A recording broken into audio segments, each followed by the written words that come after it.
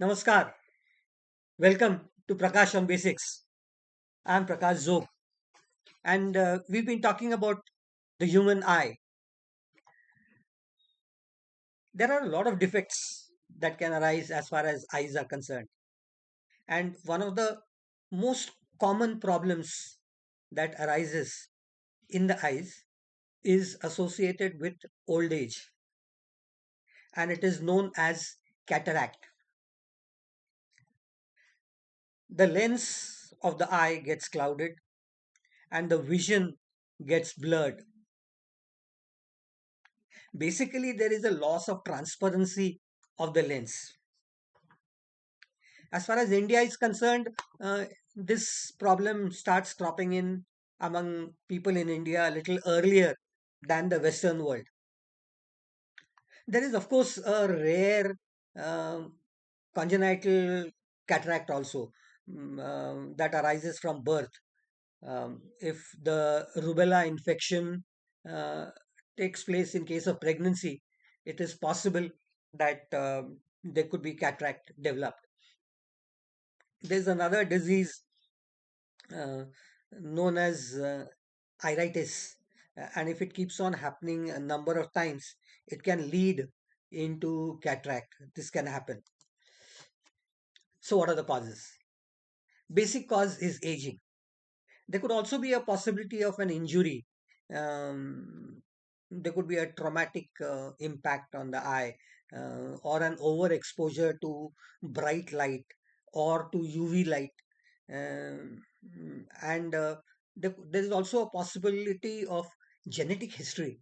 There could be problems due to diabetes, and if you're on steroid drugs for medicine regularly, then it is possible that this problem could crop up in a person a little earlier than normally when it would set in.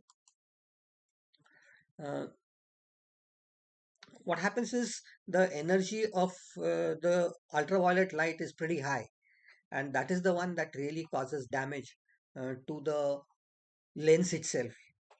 Uh, as I said, it could be enhanced by diabetes or steroids. We must realize one thing: aging can't be stopped.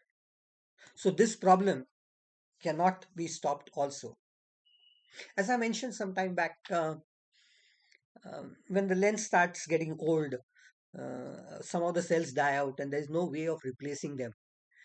So, when cataracts are formed, uh, actually there are lumps of proteins of yellow brown pigments that accumulate in the lens itself at different points. Uh, this is a gradual deterioration, and finally it could lead to total loss of vision. Uh, so what do we do? You can't replace a natural lens, so it has to be replaced by an artificial lens. It has to be put inside the eye. So this type of a lens is typically referred to as intraocular lens, or IOL, the word that you will hear many times when people talk about cataract. Usually what happens is, if there is a lot of glare, you find there is trouble. Night vision is a sensitivity issue. uh, there is poor night vision itself. Night driving becomes difficult because there are stars and specks that are seen. um, in some extreme cases it can also cause double vision. That's a very rare case. Also, many times weak light is not enough to read, and the colors that you see around are typically appear to be a little faded or tending towards yellowish shades. Only solution is surgery. There are no medicines that can reduce this problem, and nowadays the surgery itself is a very advanced and a very common type of a surgery. It's safe, and it deals only with the outermost part of the eye. Uh, the surgery itself might take about 15 to 20 minutes, or at the most about half an hour. and then your vision would tend to get to normal as soon as your recovery period is over. It is this outer part of the eye that is actually involved in this surgery. The sclera, the cornea, the iris, and the lens. I've told you what all these parts are some time back. Um, the surgery is basically pain free. There are a number of methods that were developed right from the early stages when surgery for cataracts was attempted and tried at. There are some methods that are more common nowadays. One of them is phacoemulsification, and there is extra capsular surgery that also is applied. In the olden days, the whole process was manual, so it all depended upon the skill of the individual doctor. The There was a cut that was made in the cornea, and the lens was removed either whole or in bits, and it was replaced. Obviously, since the cut was big, it required stitches. So naturally, uh, it was problematic. And there was a different opinion that time. Uh, Many of you all must have heard that your grandparents or others earlier, and if they have had a surgery, they have been told that the doctor used to tell them that let us wait till your cataract ripens. What do you mean by ripens? Actually, those specks that are formed all form a globule, and the whole thing starts becoming hard, like a opaque marble. Um, and once this happens, it was said that the cataract has ripened, and then the surgery is to be carried out. Um, but the problem was, by this time, the whole lens had become pretty hard, and so naturally the incision had or the cut had to be that much bigger, and so the removal of the hardened lens was that much more difficult. It required more amount of stitches. um, there was a very high probability of infection. It was painful, and it took a long time to heal, and so forth. Now in the last few decades, the approach has totally changed. For cataract, earlier the better is what the doctors suggest, because then your vision can be restored to its normalcy, and you can go about your normal work pretty early. uh, Earlier the better, because the cut required is quite small, the lens is still soft enough, and there is another technique that is used which is known as emulsification by ultrasonic sound. Uh, Emulsion is more like a liquidish state. So it is possible that some things could be agitated.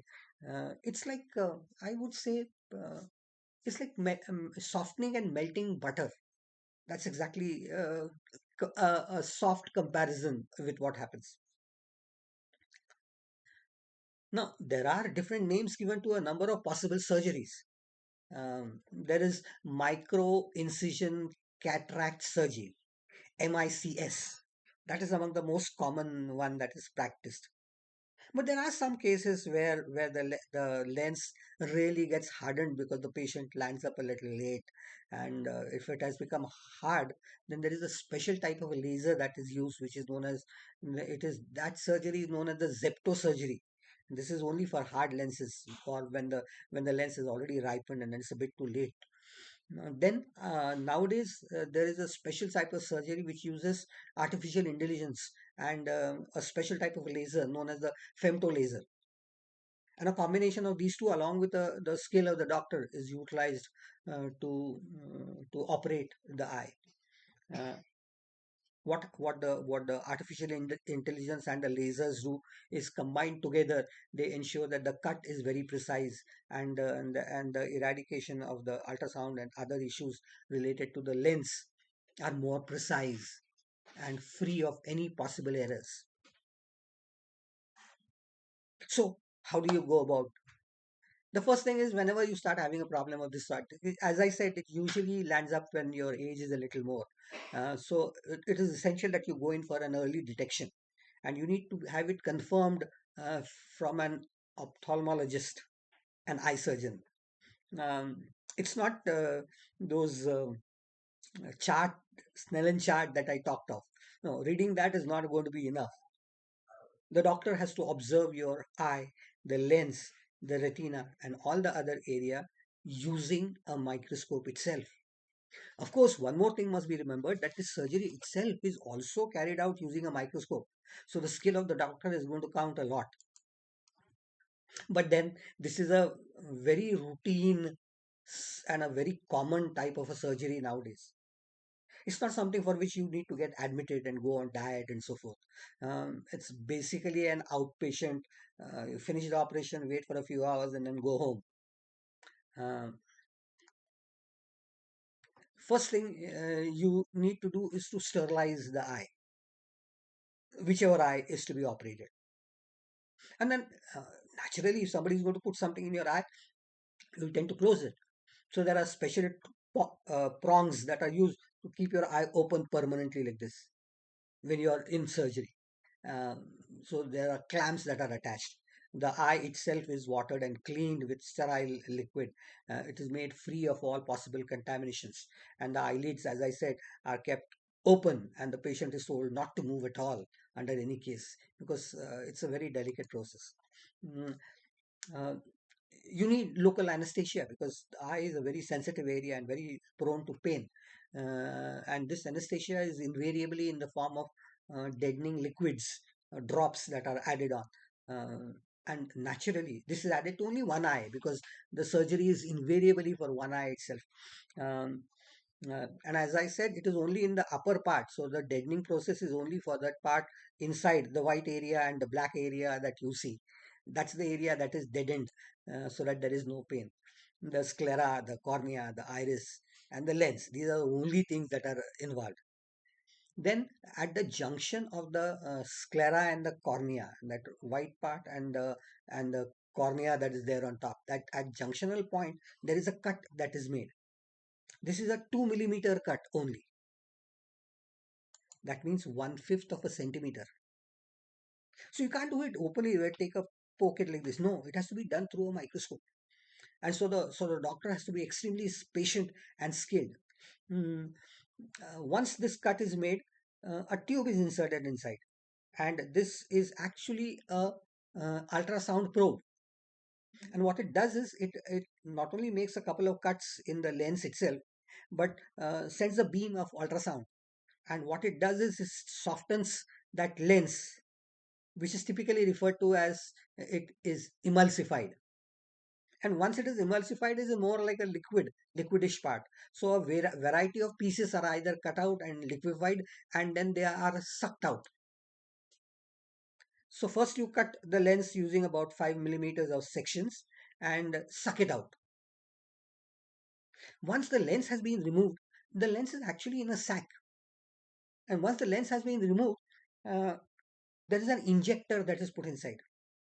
And inside it is a folded lens rolled up inside, and it is like a crab, or if you remember, a nebula. It has like our galaxy, two spiral arms on two sides. So there is one arm this side and one arm on this side, and these are the ones that ensure that the whole system remains. So what it does is, when you go it goes inside, it is opened out and it spreads within the sac, and the prongs flexibly attached to the two ends of the sac, and the lens is kept in place.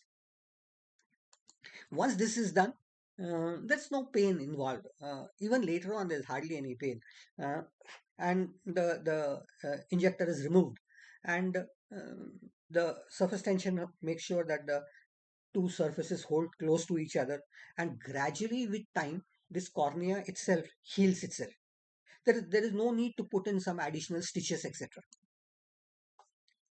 Once the surgery is over, all that you have to do is to wait for a couple of hours till the doctor is very sure that things are running on on a safe side, and then he tells you to go home. Um, and uh, calls you back again the next day to confirm that things are running properly. You're given provided with special glasses that are dark because you don't want your eyes and retina to be exposed to very bright light. Uh, and these dark glasses are there for about a week or so.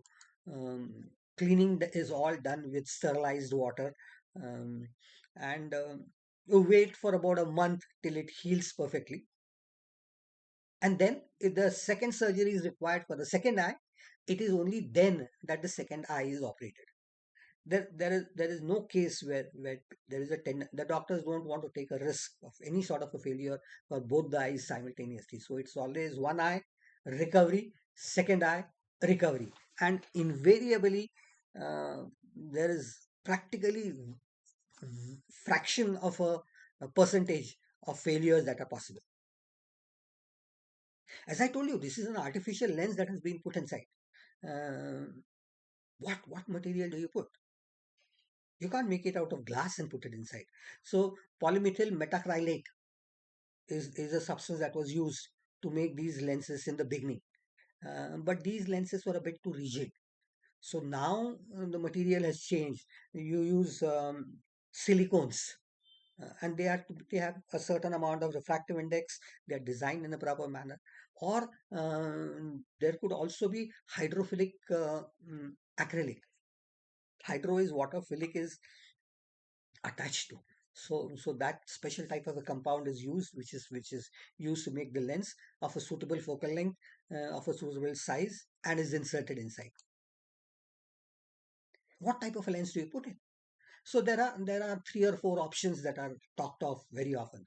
The first and the most common one is monofocal. But nowadays, what is preferred is a monofocal lens with a lot of depth of focus.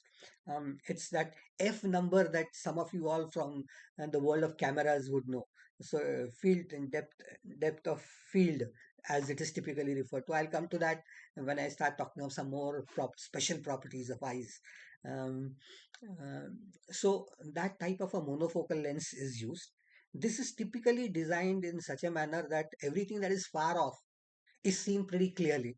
But if you have to read something that is pretty close, you might have to use a lens. But then last time I told you that there are some people who have cylindrical numbers. So if the numbers are cylindrical, then the lens is typically known as a toric lens. But then in the Western world, there were some more type of lenses that were designed, um, uh, multifocal or bifocal and trifocal and so forth. Companies like Zeiss and others made these lenses. But the trouble with these lenses is that they can focus at two or three different points, but they result into a lot of halos and glares at night. So the person might spend a lot of money trying to put these buy and try focal lenses or multifocal lenses, but at night the glare would be a bit too much, and you would see halos around the light and so forth. So it is preferred to put a monofocal, large field of depth type of a lens so that it will help in seeing things that are far off. And invariably, these problems crop up for both the eyes. So what is done is one eye is adjusted so that you can see things that are good enough far away, and the second eye is fitted with a lens with a different focal length so that you are able to read things that are close by. And so, in most cases, you do away with lenses. It could be a natural phenomenon like me. For example, I no longer use glasses nowadays because with one eye I can see things a little far away, and with the other eye I can see things a little close and read things also if required. But that is because of the original drawback in the lens itself. Um, so, different focal lengths are invariably used, and most of the people then do away with glasses. And this is a very safe and a good type of method of uh, getting you back on track, because once your vision comes back, the whole world around you see everything in a new light. Everything appears to be brighter, clearer, more focused, and your enthusiasm to do everything around you also increases to a large extent. So cataract is a problem. That was very severe and serious long time ago. Today, it's one of the most common surgeries, not only in India but outside India also. And recovery time is hardly a month, and so you are free of this particular problem. This is not the only eye disease that is very serious. There is another one that is talked of, which is known as glaucoma. And there is another one which is typically referred to as night blindness. And there is color blindness. But these are things that are not really as common as cataract. I need to tell you about them also.